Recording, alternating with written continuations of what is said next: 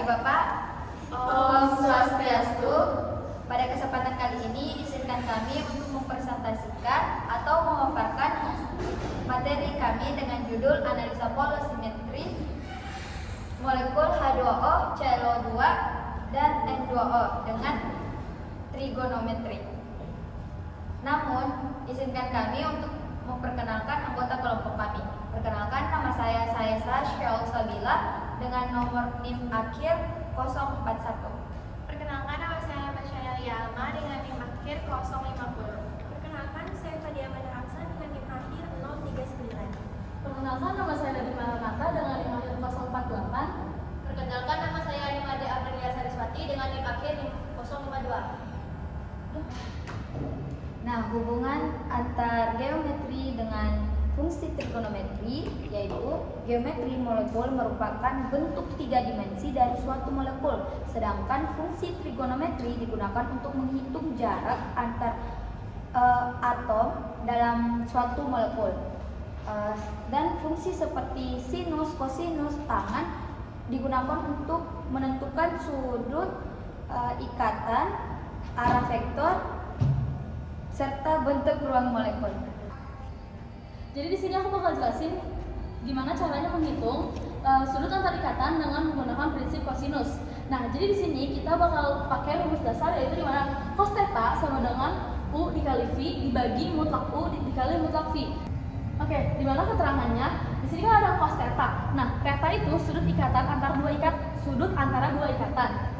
Sementara U dikali V adalah hasil kali antara panjang dua ikatan. Sementara mutlak U dikali mutlak V adalah panjang masing-masing vektornya. Nah, selanjutnya kita bakal jelasin tentang gimana sih cara menghitung sudut dari molekul H2O. Nah, di sini kan diketahui panjang ikatan antara O dan H adalah 0,98 angstrom.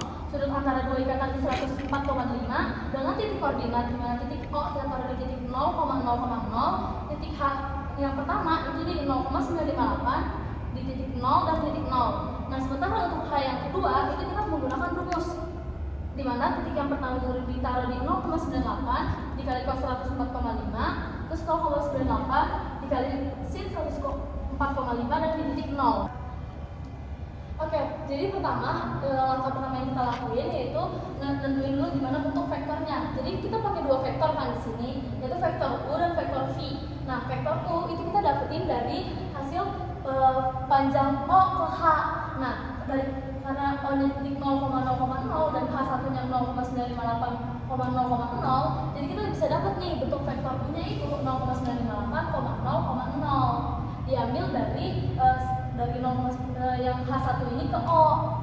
Nah, selanjutnya vektor yang V itu 0,958 dikali cos 104,5 terus 0,958 dikali sin 104,5,0. Itu yang vektor V diambil dari H2 ke titik O.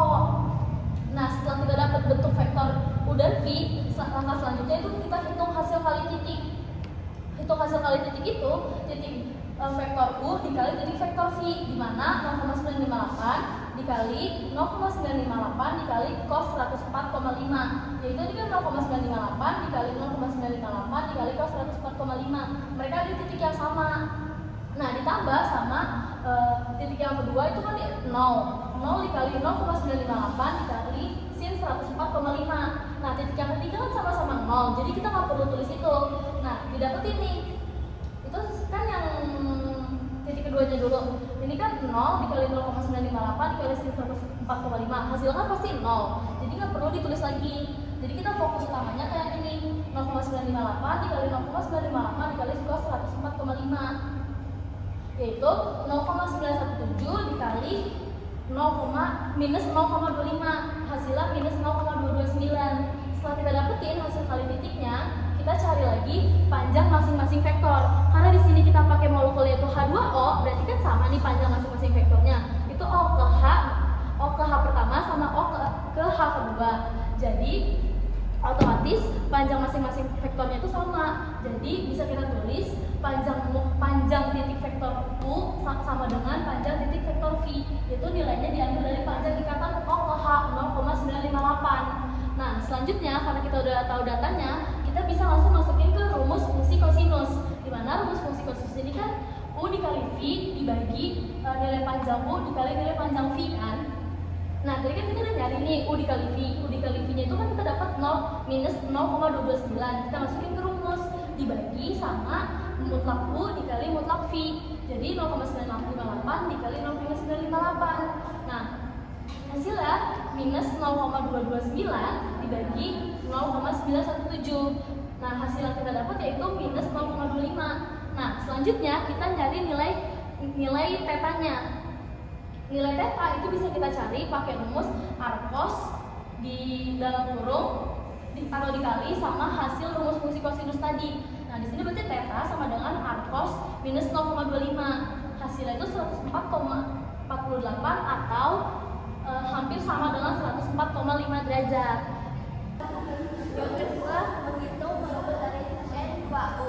Jika diketahui molekul N2O tersusun dari N, N, dan O, jadi panjang ikatan yaitu dari N ke N sama dengan 1,12A. Yang kedua, N ke O sama dengan 1,19A.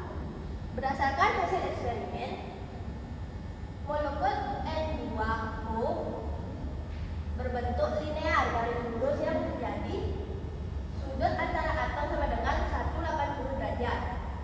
Dengan titik koordinat N1 sama dengan 0,0,0, N2 1,12,0,0, O sama dengan 1,12 tambah 1,19,0,0. Dengan langkah-langkah perhitungan seperti pertama, bentuk dua vektor U vektor sama dengan vektor N1 N2 sama dengan 1,12,0,0. Vektor V sama dengan vektor N2O sama dengan 1,19,0,0. Yang kedua, menghitung hasil kali titik. Vektor U kali vektor V menjadi 1,12 dalam kurung 1,19 tambah dalam kurung 0 dalam kurung 0 sama dengan 1,3328. Yang ketiga, menghitung panjang vektor. Mutlak U vektor sama dengan 1,12, vektor V sama dengan 1,19. Keempat, menghitung fungsi menggunakan rumus kosinus.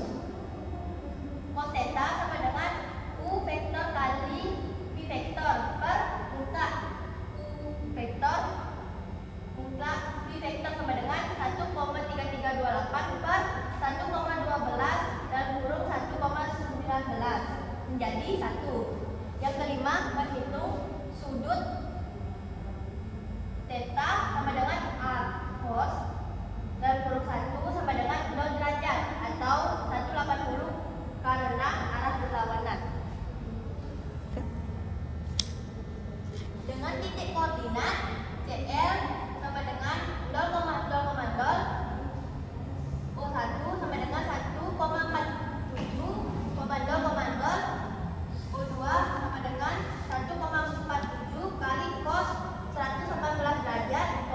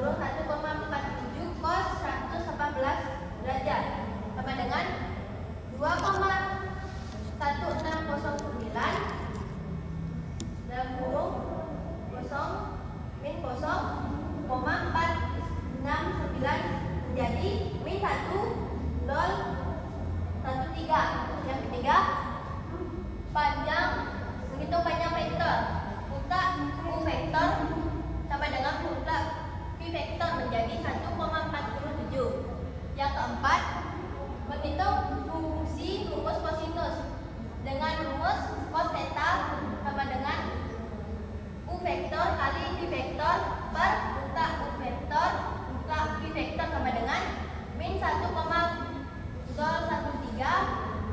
per 147 dalam kurung 1,47 menjadi min 0,469.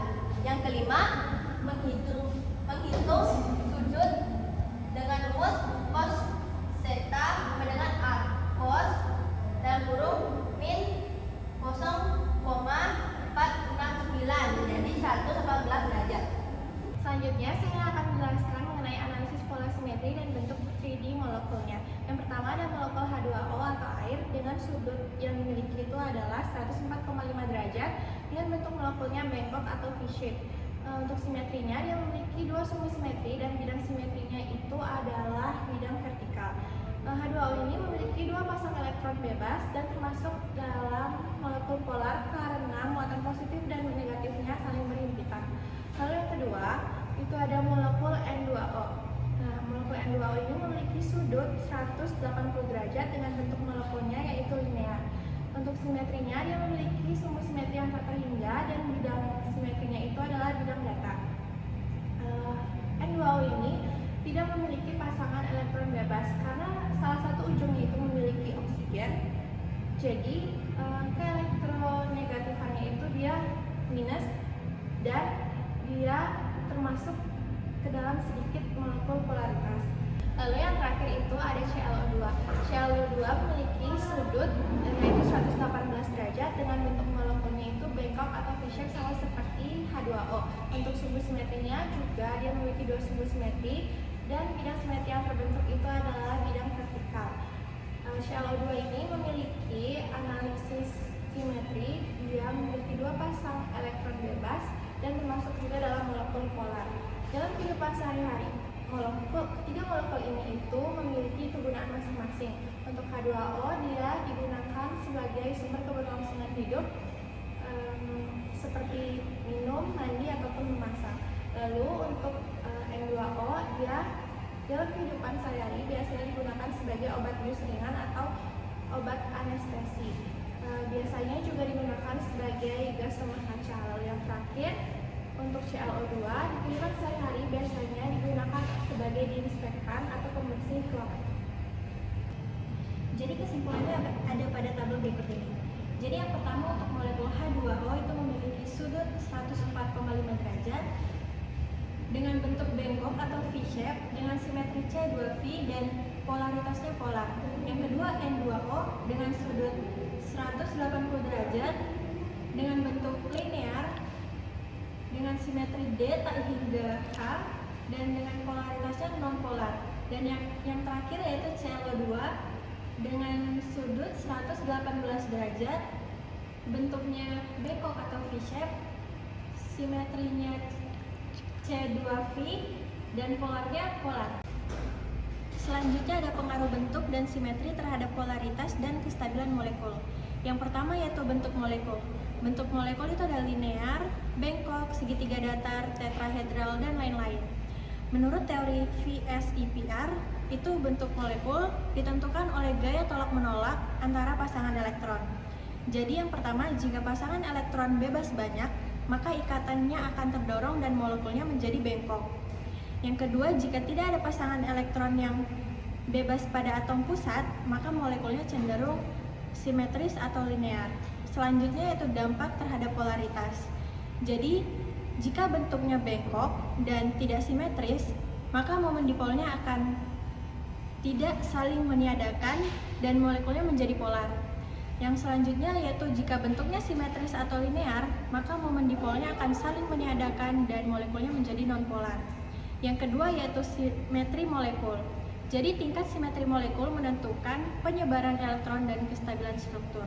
Yang pertama, molekul dengan simetri tinggi, misalnya pada N2O, itu memiliki distribusi elektron yang merata sehingga lebih stabil.